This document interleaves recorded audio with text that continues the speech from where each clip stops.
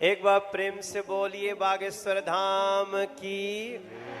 मनोज तिवारी से लेकर अमिताभ बच्चन और यहाँ तक कि मोदी जी भी इनके फैन हैं। तो क्या है बागेश्वर सरकार की असल सच्चाई, आइए जानते हैं इस वीडियो में।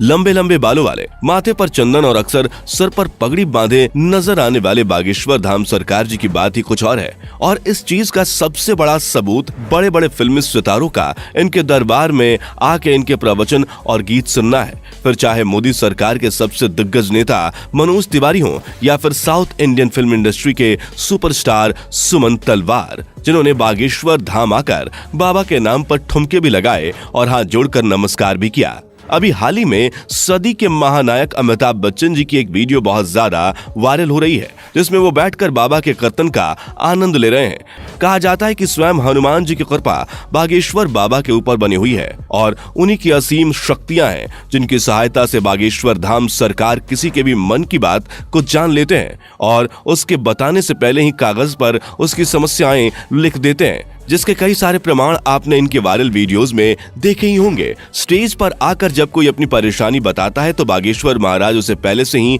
लिखे हुए पर्चे को पढ़ने के लिए कहते हैं, जिसे देखकर भक्तगण पूरी तरह से आश्चर्यचकित रह जाते हैं, क्योंकि उन्होंने अभी तक अपनी दुखों को और परेशानी को बाबा को बताया भी नहीं था। उससे पहले ही उनके बारे में बाबा पर्चे पर लिख चुके थे, जिसके बाद बाबा सभी के सामने परेशानियों का हल बताते हैं। आप ये जानकर हैरान रह जाएंगे कि बागेश्वर धाम सरकार ने केवल भारत में ही नहीं बल्कि पूरी दुनिया में अपने दरबार लगाए हैं और लाखों की भीड़ इकट्ठा करके उनके दुखों का निवारण किया है।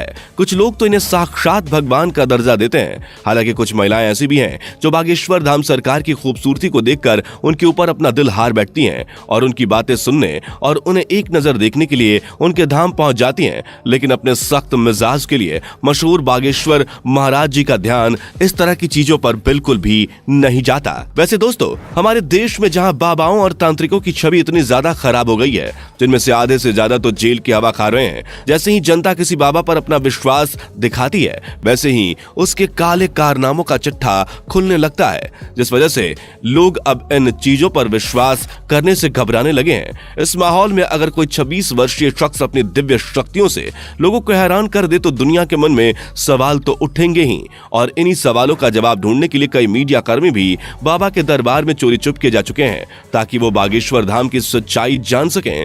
लेकिन इतने सारे स्टिंग ऑपरेशंस के बाद भी कोई जान नहीं पाया कि आखिर कैसे बागेश्वर महाराज लोगों के मन की बात जान लेते हैं, क्योंकि कई सारे जो नए लोग दरबार में आए होते हैं उनकी अर्जी लग जाती है और जब वो बाबा के सामने जाते हैं तो उनके मन की सारी बातें बाबा पहले से ही लिख चुके होते हैं। इस तरह की चीजें देखकर मीडिया कर्मियों के भी होश उड़ गए और वो लगातार बागेश्वर महाराज को लेकर जांच पड़ताल कर रहे हैं, लेकिन अभी तक उन्हें कोई भी ऐसी चीज प्राप्त नहीं हुई है जिसे लेकर वो बागेश्वर धाम सरकार के ऊपर किसी तरह का सवाल उठा सके या उन पर कोई आरोप लगा सके। तो दोस्तों, आज के लिए सिर्फ इतना ही। जाने से पहले वीडियो को लाइक शेयर जरूर करें और ऐसे ही और वीडियोस के लिए चैनल को सब्सक्राइब करके बेल नोटिफिकेशन को भी जरूर ऑन कर लें। धन्यवाद।